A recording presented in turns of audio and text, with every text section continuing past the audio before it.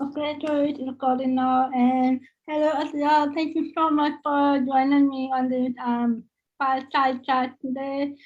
We do go a long way, but just for the introduction, I have known Attiya for about 4 to 5 years, and in that time we stayed in contact.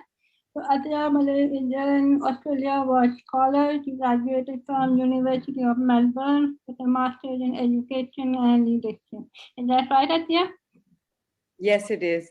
Well, I have a feeling we know each other actually over 10 years now, not 4 to 5 years. Um, yes, I'm an alumni of Australia Award Scholarship, and I returned from Australia December of 2019 after doing my master's from the University of Melbourne. Okay. So, how was your experience there? Oh, I absolutely loved it. I think it was a very empowering experience. I'd never thought it could give me so much knowledge and exposure and give me so much confidence in myself that I was absolutely, gone back amazed at how wonderful the experience was. And I'm sure you've experienced similarly when you went to the US. Okay, especially for girls, going there on your own and living on your own, it's a very interesting experience. So, how did the culture of Australia differ from? Have you been to any other country before Australia? Oh, I've been to the US and England, and I had traveled before. Okay. So, and I have some family who are British and American. So, for me, it was not such a huge cultural shock. But yes, a lot of people will have cultural shocks where they think they're going to, a complete. I have no idea what they're thinking when they come to a new country, and when they get there, it's very interesting to see people who've come, have not understood what could happen. But then Australia Awards actually has an introductory program where they will train you and prepare you for all the cultural understanding and even the laws and regulations and everything before you go off and fly to Australia. So it's a good way of introducing all the scholars to what to expect when they land. That's amazing because yes, on the Fulbright we are also given orientation before we hit that American culture. But some of us Yeah. we don't get that, culture shock, but others they do, especially if they have never been out of country and they are literally on their own. So that is the after of the experience. How did you decide to apply? Oh, for me, it was actually a good experience. And for me, everything was, even with the return, I wanted to take a little time off, spend time with my family. And then I started applying. And mashallah, I've been busy since I've been back. And even coming back home, sometimes it just kind of feels a little, sad in the sense that when you've experienced international living and you see how people abide by rules and regulations and are very on time and punctual, and when you come home, things are very different. Somebody says they'll come at 4 and show up at 6:30. So, those are very interesting things. So it's like coming full circle for you. You started at NCA and you are now back at NCA. So did Yes. NCA help you in deciding that you want to apply for Australia Award? I actually got one of my professors from National College of Arts to help fill in my recommendations. So my recommendation to my application was filled by my professors from the National College of Arts, and then I got my colleagues, my head supervisor from where I was working at the time, and my previous jobs to fill in the section for employment recommendations. So I had two of my employees fill it up for me. So I tried my best to have the maximum amount of recommendations required, where one was academic and the other two were all professional. Okay, okay. Now I'm going to have a big fun with you because remember we were talking how some students who really want to apply for Australia Award, but the 5 year work requirement is kind of putting them off. Or they will say that let's just try and see if we get that or not. So how will you encourage students to apply if they don't meet that work requirement? The thing is, it is a mid-career scholarship. So being a mid-career scholarship, it does actually mean that you should be a professional who has been working in a specific field for a minimum of 5 years. Okay. So it is not really meant for fresh graduates. It requires you to bring in your work experience, and this is a requirement for Pakistan. I am not sure if it is a requirement by Australia to other countries, but it is a requirement for Pakistan. So it is important that you actually have those years, because the program, if you've read the application and if you've looked at the basic page to apply, the section actually says, read the documents, check your eligibility, consider your goals, and then look at the development needs of the country, research available university courses, and then prepare your documents accordingly. And the submission goes on to Oasis, which is an online application. So when you don't fulfill a lot of the criteria, Oasis is an automatic system which will look at what you've already filled in, what you've not filled in, and it will deduct you and remove you from the list and shortlist. You will not be shortlisted out. So it's a very common thing. I know a lot of people apply, but then a lot of people also don't realize that it has to be similar work to what you're applying for, because it should show that you want to develop further within that field and not change your field. Okay. So a lot of people apply. Oh, Sorry. I understand. Go ahead. With that, with that, is there any emphasis that it has to be a development related field, or is there any priority area either? Well, there's actually a whole list where Pakistan scholarship study fields. So if that document is opened up, that list is actually very long, and I think a lot of people can fit themselves into it. It has agriculture and rural development. It has business management. Development studies is one of them, yes, but people tend to think it is only development studies, or people who are from the development sector are the only ones who will get it. But interestingly, Australia Awards is a very defined division. 50% of their intake will be women, 50% intake will be men.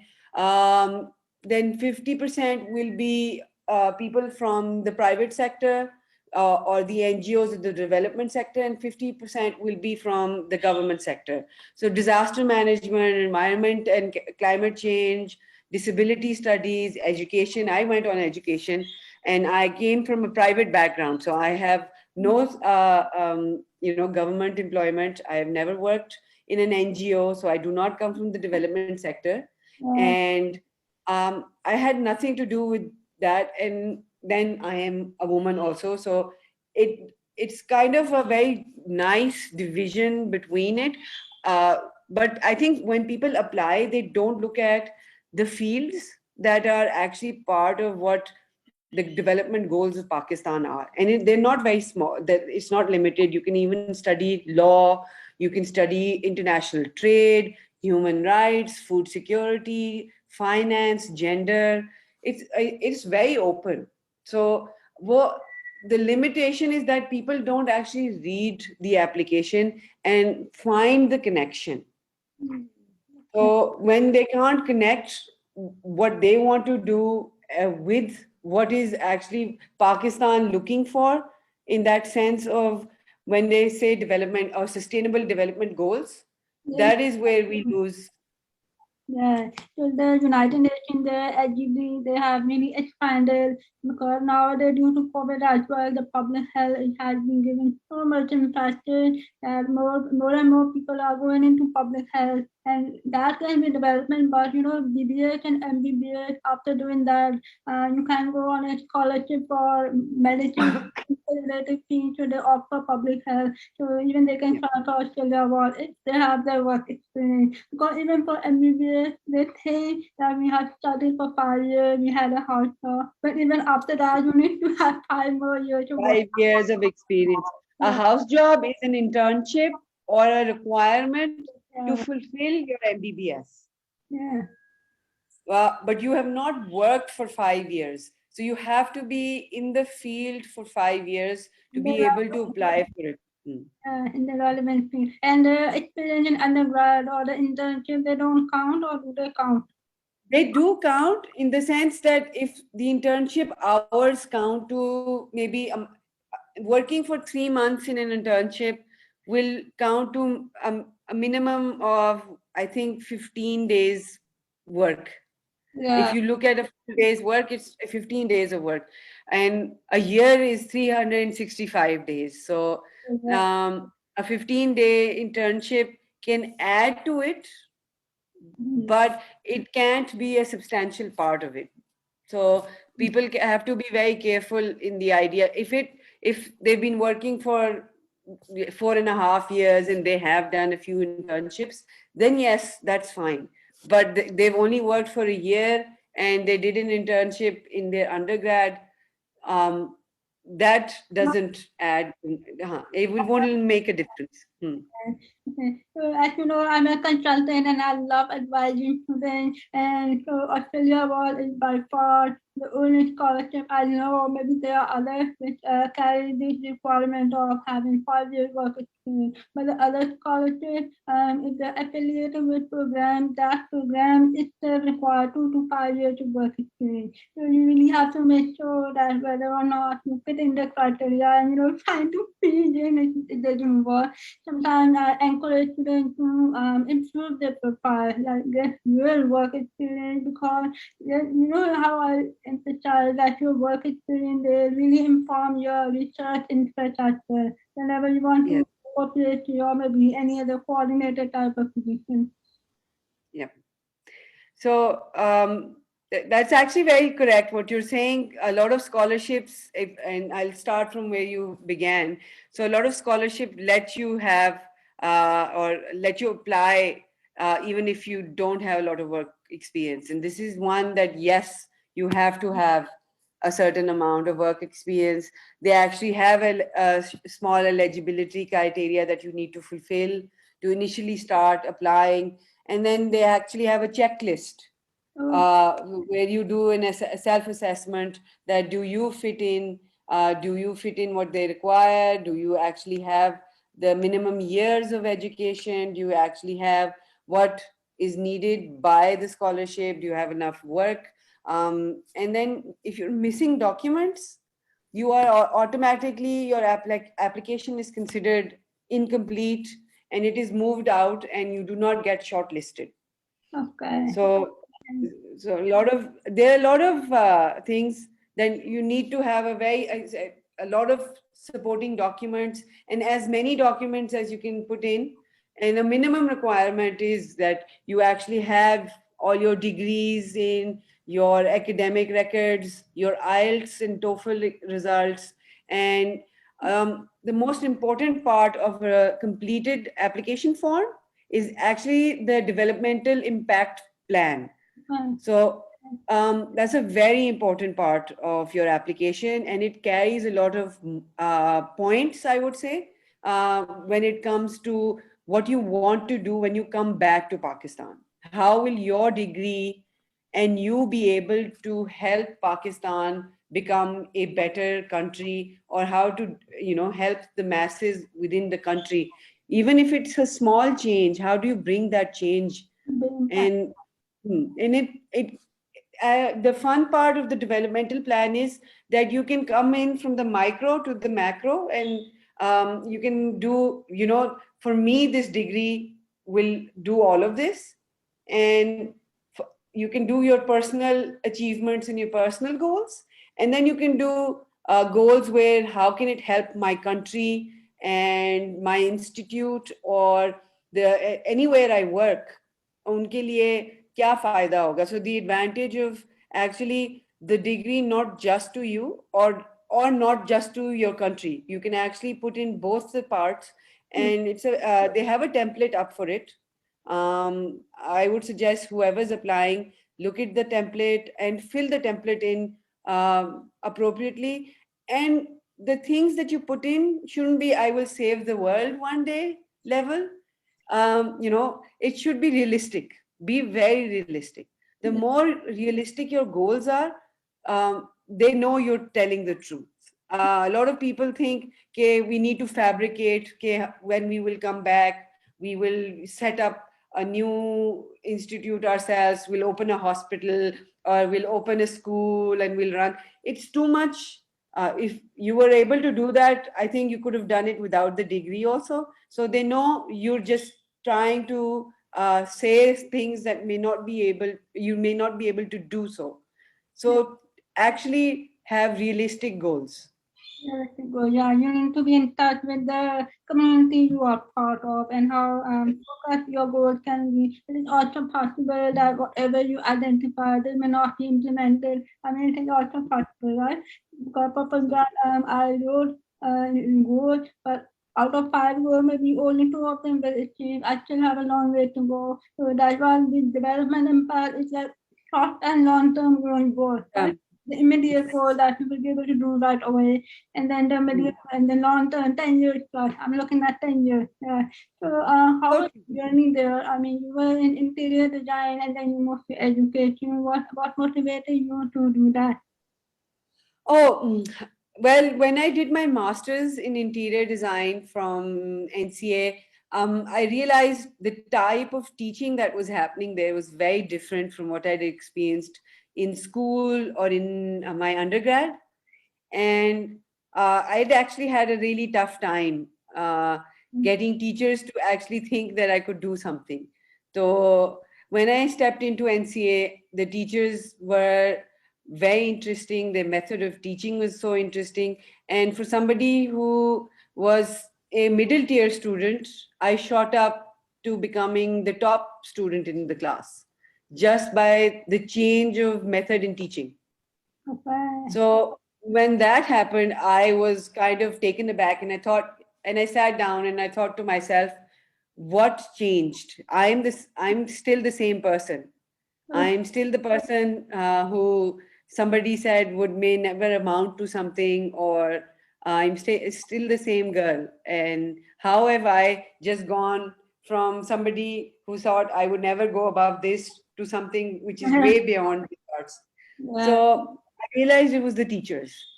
So that is when I decided to go into education and I started teaching. So after NCA, I actually went to chef school and I went to culinary school for a while and came back and went straight to teaching. And I started teaching in 2007 January, and I've been teaching since then. Cool. So since I had been teaching such a long time, and student well-being and the concept of social justice within the education system was something I was really interested in. So I applied for the education and leadership and management program. I took minors in student well-being and I took minors in social justice. And I thought people who run schools can make the difference. People who, because we, especially in private schools or even elsewhere, teachers are hired on the basis of, many different array of reasons, but sometimes they may not be the actual reason of that they can teach really well. So it is sad that this is happening in our education system, and that's one reason I started. And when I ended up in the program, my experience in Australia was amazing. I think I was in the middle of my, not even in the middle actually. My oldest classmate was an 80-year-old lady who used to be a principal, and she retired at 65, and she decided to come back and do a master's, and said I was wasting my life away sitting at home and not doing anything, and I thought might as well add a degree to my program or my portfolio. So I had an 80-year-old great grandmother as a class fellow.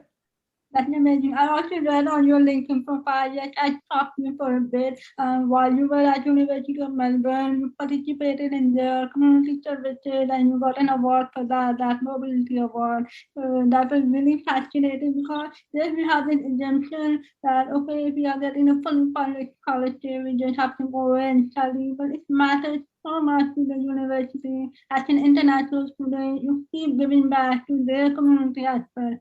As well. How It did was absolutely wonderful. They have the university I was at, which is the University of Melbourne, actually had an award called Laika.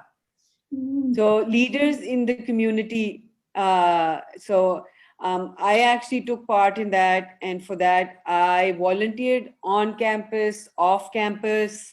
I think I've not done anything like that in even Pakistan. I don't think we are offered anything like this because I worked for random companies, Jeans for Jeans, and I was selling toys on the corner of a train station, and I'm thinking, Pakistan mein, I don't think I would ever do something like this, but it was such a beautiful experience.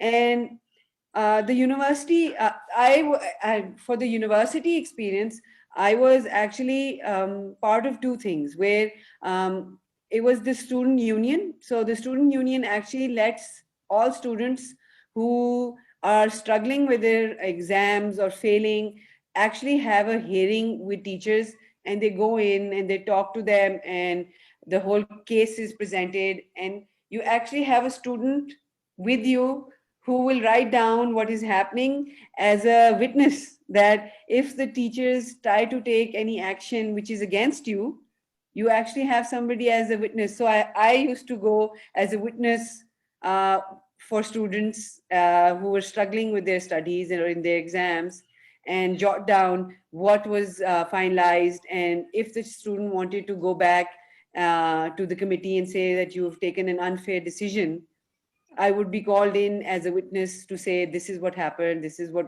went down in the meeting, and this student has achieved what they were saying. So I got to experience a lot of these things, which I don't think we have. That we think if there is a student union, we need to come out and start fighting for things. But this experience was very interesting because it was very empowering in the sense that it wasn't about fighting on the streets or arguing or making a lot of noise. It was just being there for someone and letting them know that if things are not working out for you, I am there for you, and I have written it down. I will be the witness for you in things. And that is interesting, so much interesting because you will have learned advocacy right from day one. You'll be advocating for anybody, fighting for anybody who needs it right, right? Right, so amazing. true. Okay, thank you so much, Attiya, for joining me here. I just had some final question.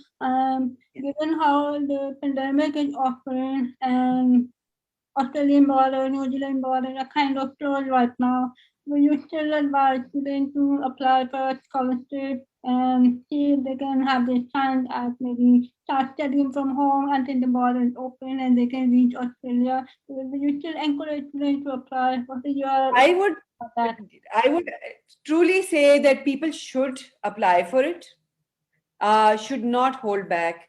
Well, in the process that sometimes the first try doesn't work, you try again. I tried for 2 years to apply for scholarship Yeah. before I got this one. So I know a lot of people apply once and then give up and decide that they don't have the luck or they don't have it, and become disheartened and move on and think that all their dreams are shattered and finished off. Uh, The truth is, it takes time. Some people are lucky. Some people do have a portfolio that sells out in seconds, but people like us, maybe it takes us a few more tries to get there. So just apply. I don't think one should shy out from applying. Nobody has told us not to apply. There is no ban on repeated applications or attempting to fulfill your dream. So, and with the fact that Australian New Zealand borders are closed, the thing is, I think even Australia realizes that. So students from the last intakes have still not gone, and they're waiting for things to settle down before they send them in. So these kids know that they have the scholarship. It's going nowhere. So yeah, and whenever things clear up, they can go. And I know people who applied with me and actually joined us a year later or a little later because of other reasons of family issues, or there can be anything that can happen on your part, on their part, but that shouldn't stop you from attempting to apply. I don't think anything should stop you from attempting it, other than the fact that you should have a 5-year work experience minimum. That's pretty much it. The 5 year work experience, it has to be relevant, it has to be impactful, your essay has to be very concise, and even the program you are targeting, spend some time looking at the program, because yes, you have to be shortlisted in your application as well. You can actually choose up to 3 universities and programs that you want to apply to, but you have to look at them because you may have an IELTS of 6, 6.5, and the university may have a requirement of 7, 7.5. So you actually have to also be very careful that you fulfill that requirement on the university's part. So be very careful to what you choose, but sometimes I've actually had very lovely experience with Australia Awards. They have consultants in Pakistan who actually spend some time with you if your university requirement or the university you said was your first option is something that you do not fulfill your criteria to. So maybe your second option or the third option that you've given actually is something that you fit into. So they'll sit with you and they'll work through the process and get you admission in one of the 3 that you have opted for, or even give you a suggestion that maybe if these are not working out, why don't you go to these universities? So for that, the example I can give is, especially for somebody who is with disability, Adelaide is a very helpful university. They actually have the school is meant for people with physical disabilities. So even if somebody, like I know somebody who'd applied to the University of Melbourne, but when we got there, she still hadn't come to Australia, and she asked me how it was, and I said, I think you should think twice, which already the Australia Award people were telling her, that it will be very difficult for you to access places within the university, especially the degree and the space that you're asking to go for. So why not opt for the other program? So they do direct you. They're very helpful. If you have issues, you can email them. They have their emails up. The team is excellent. They're absolutely beautiful people who are working for the Australian government here in Pakistan, and it's a wonderful team to work with. It actually they welcome you, they welcome questions, and they're always there to help you out. Okay, thank you so much, Attiya. I do have a couple of students who are interested, and if you do the mentoring for them, I mean, you know best how to guide them, so I can just direct them to you. So I want to Oh, please do. I don't mind. I love helping out. That is something I'm very interested in. That is why I became a teacher, to help people. So that would be my pleasure. I will just like to repeat things where be sure your developmental plan is really good and you've considered your goals and the country goals when making that and when choosing the program. The questions that are asked within the Oasis application, those are very important. Really think about them. Just don't answer them like they're random questions. Those questions also carry a lot of points. So those are very important questions. Please complete all, these guys have to complete their application. All their documents should be up. If they can add additional documents, well and good, but the minimum requirement should be fulfilled.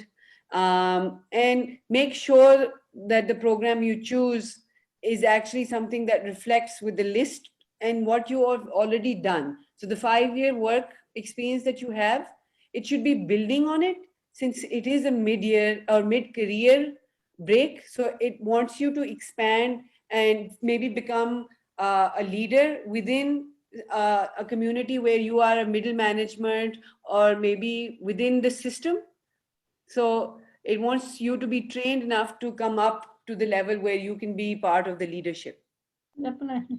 So good luck to everybody who's applying, and I wish all of you get to experience it. It's a beautiful experience.